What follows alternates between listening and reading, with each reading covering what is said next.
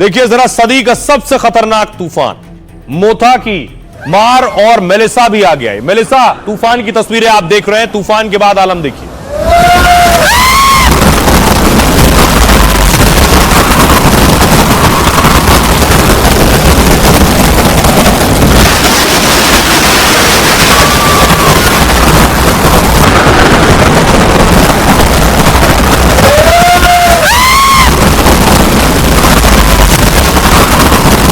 में तूफान आया है, जो तस्वीरें आप देख रहे हैं। अब देखिए भारत में जो मोथा तूफान है उसकी दस्तक तट पर दी गई। ये उस वक्त की तस्वीर आप देख रहे हैं जब समंदर की लहरें आप ऊंची ऊंची उठती देख रहे हैं। हवा की गति आपको पेड़ों के हिलने से अंदाजा होगा।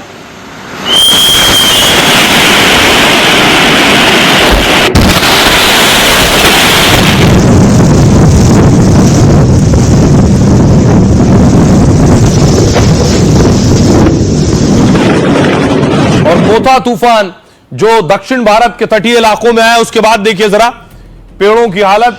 दर्जनों पेड़ गिर गए हैं, खंभे गिर गए हैं और कई जगह बिजली चली गई है या फिर मोबाइल टावर्स गिर गए।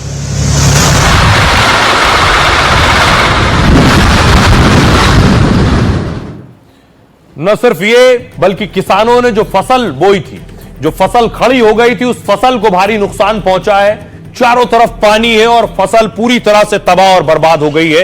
ये तस्वीरें आप देख रहे हैं फसल की तबाही की।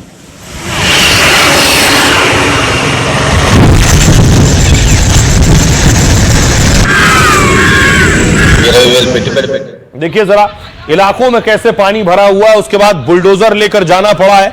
घरों में पानी भरा है, सड़कों पर पानी भरा हुआ है।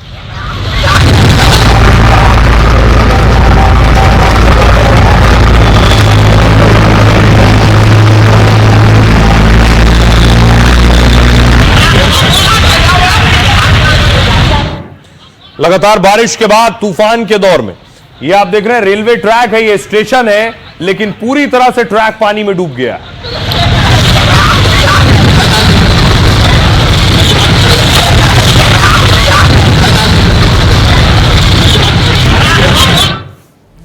अब देखिए जरा हालात क्या हैं। प्रचंड तूफान कमजोर तूफान में बदल गया है। मोथा का पिछला भाग अब स्थल क्षेत्र में प्रवेश कर चुका है।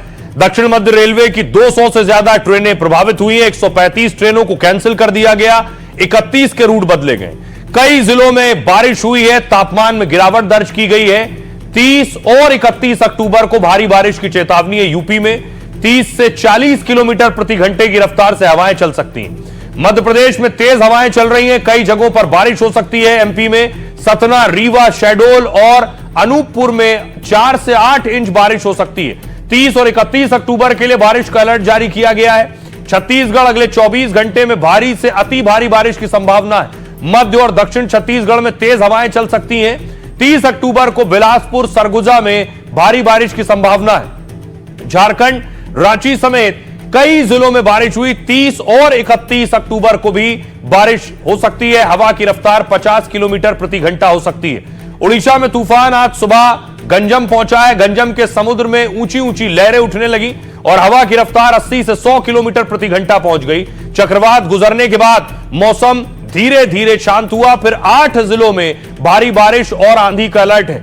राज्य सरकार ने 11,000 लोगों को वहां से निकाला है। ओडीआरएफ की 30 और एनडीआरएफ की 5 टीमें तैनात हैं। आंध्र प्रदेश में मछलीपट्टनम में लैंडफॉल हुआ है। लैंडफॉल देर रात 1 बजे तक करीब 5.5 घंटे तक चला है और इस दौरान हवा की रफ्तार 110 किलोमीटर तक पहुंच गई। भारी बारिश और हवाओं से 2 लोगों की मौत की भी खबर है। तो इस तरह से दक्षिण भारत में खासा प्रभाव देखने को मिला है और साथ ही साथ यह माना जा रहा है कि तूफान की रफ्तार पहले से कम हो गई।